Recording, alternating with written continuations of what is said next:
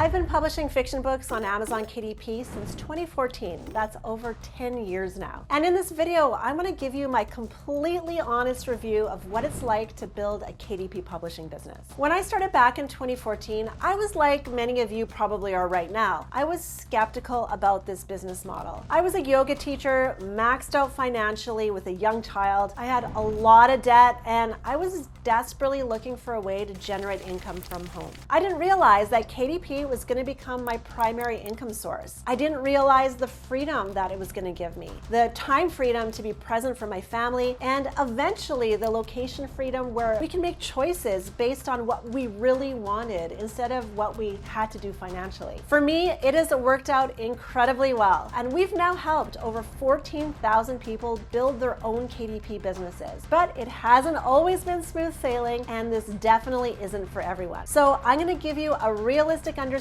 of what to expect if you're considering a KDP business in 2026 and beyond. Section 1, the income potential reality check. So let's start with the question that you're really here for. How much can you actually earn with KDP? I'm tired of people throwing around fantasy numbers without giving you the real story. I'm going to give you the actual numbers, not pie in the sky projection. Amazon takes about 30% if you price your book at $2.99 or above. So if you sell a $3.99 book, you keep about $2.80. That might not sound like much until you understand how this business actually works. We teach series publishing for a reason. One book is a hobby, a series is a business. For example, let's say you have a 5-book series and each book averages 30 sales per month at $3.99. That's about $420 per month in royalties from that one series. Not life-changing yet, but stay with me. Now you launch a second series, then a third. Our students who follow our method and build multiple series consistently see individual books earning anywhere from $5 to $20 per day once they're established. Do the math.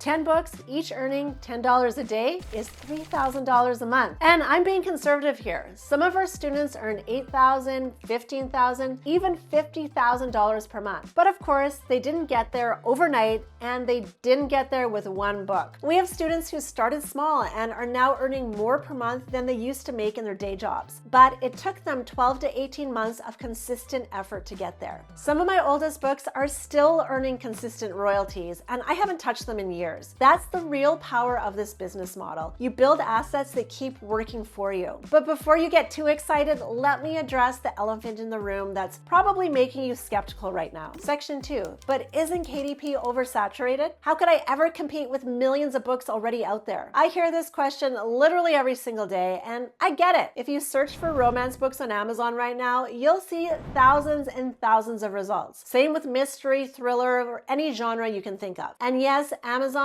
is oversaturated with terrible books. I'm talking about books with covers that look like they were made in Microsoft Paint, blurbs that don't hook anyone, and stories that readers abandon after 3 pages. I've seen books with major typos in the first chapter, and I've seen ones with covers that had nothing to do with the story. I even saw one where the hero's name changed halfway through the book. If this is the slop you're competing with, should you really be worried? This is why I say the opportunity is still massive, and it's hiding in plain sight, because readers are desperate for quality. They're buying book after book, hoping to find something that doesn't disappoint them. And so when they find an author who consistently delivers what they promise, then they become fans for life. Now, I know what you're thinking, but what about AI? Isn't it flooding the marketplace with even more books? Honestly, when ChatGPT first came out, even I had a moment of panic. I thought, oh great, now everyone's going to want to be publishing books. This is going to ruin everything. But what actually happened over the past 2 years surprised me. Yes, AI has created more noise. Some people are using it to churn out terrible books, thinking that they can game the system with quantity over quality. And you know what? Readers hate those books. They can spot AI-generated garbage from chapter 1, and they're not buying it twice. Here's the plot twist. AI hasn't made good storytelling obsolete. It's made it more valuable. While everyone else is racing to the bottom with cheap AI-generated content, smart publishers are rising to the top with better stories, better better marketing and better reader connections. This is because they're using AI to enhance their processes. Market research that used to take hours now just takes minutes. Outline development, it's faster. We can brainstorm tropes and get editing suggestions, even help with keyword research. So yes, AI has changed the game. Are there more books than ever?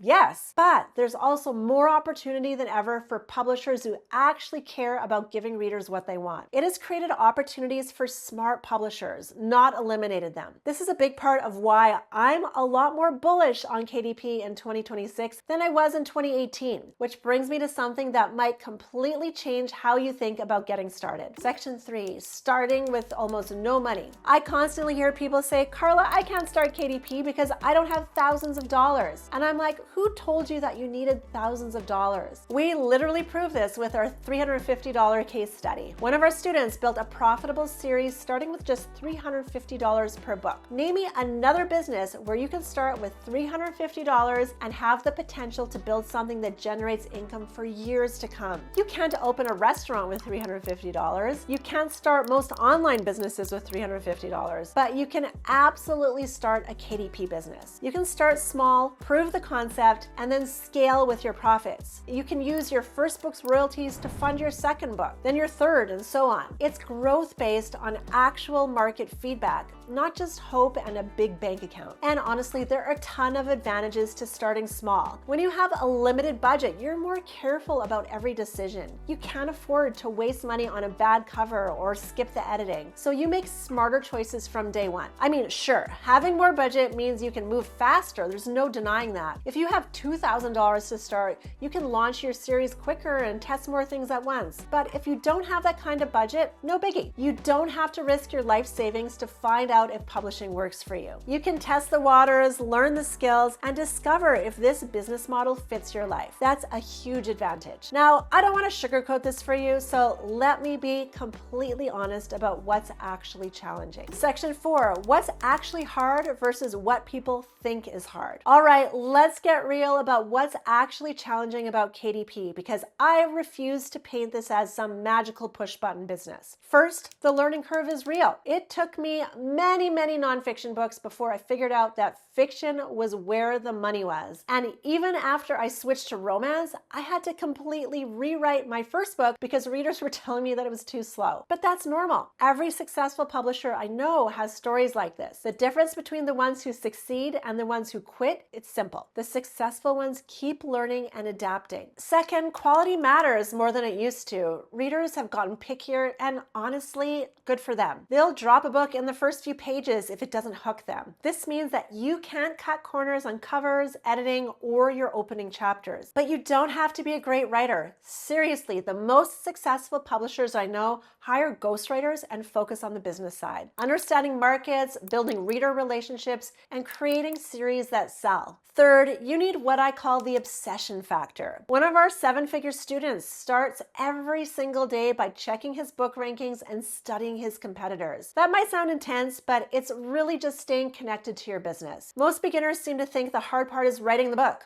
Wrong. The hard part is usually the marketing. Understanding keywords, writing compelling blurbs, building your email list, knowing how to launch properly. And this is important. We teach all of this. It's not mysterious. These are all learnable skills that thousands of our students have mastered. And the mistake 90% of new publishers make is that they think they can just upload a book and wait for sales to happen. That's like opening a store in the middle of nowhere and wondering why no one's shopping there. Successful publishing is about understanding your readers, giving them exactly what they want, and making sure they know your books exist. And once you get that mindset shift, everything else becomes much clearer. But this isn't for everyone, so let me be crystal clear about who should and shouldn't consider this. Section 5, who is this for and isn't for? KDP is a perfect fit for you if you're willing to treat this like a real business, not a lottery ticket. You understand there's a learning curve and you're committed to pushing through it. You have some budget to invest in quality quality, even if that's just $350 to start. And you're patient enough to build something sustainable rather than look for instant results. You don't need to be a tech genius. You don't need a marketing degree. You don't even need to be a great writer if you're willing to hire ghostwriters. But you do need to be coachable and consistent. KDP is not for you if you're looking for fast money, you're not willing to invest in quality, or you give up at the first sign of difficulty. If you think you can upload one book and retire, this is not for you. If you need money next month to pay rent, this probably isn't your solution. If you're not willing to follow new skills or follow a proven system, you'll struggle. But if you're someone who wants to build something that could potentially transform your financial situation, if you're tired of trading time for money and you want to create assets that work for you, and if you can commit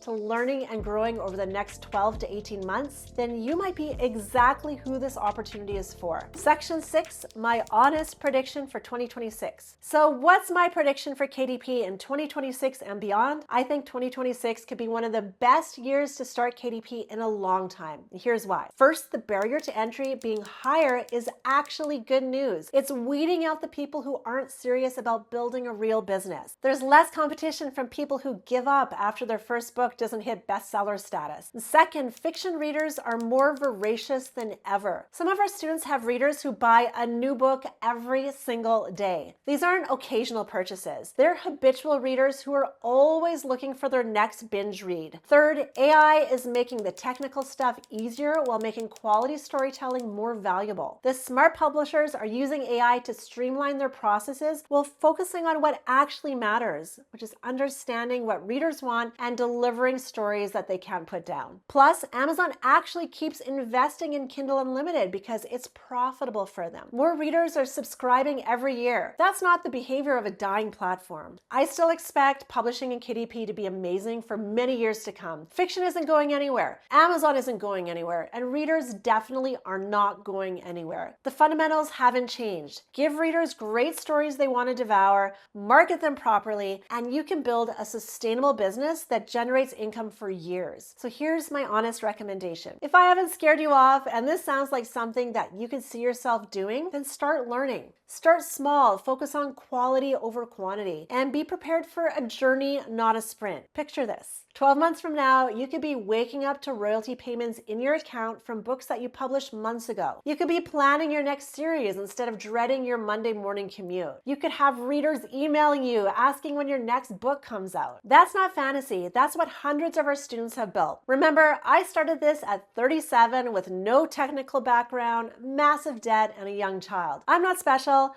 I just didn't give up when things got hard. The opportunity is still there in 2026. The question is, are you ready to take it seriously? If you want to learn exactly how our students are building these businesses, I've put together a free training that walks you through our entire method. You can find the link in the description below.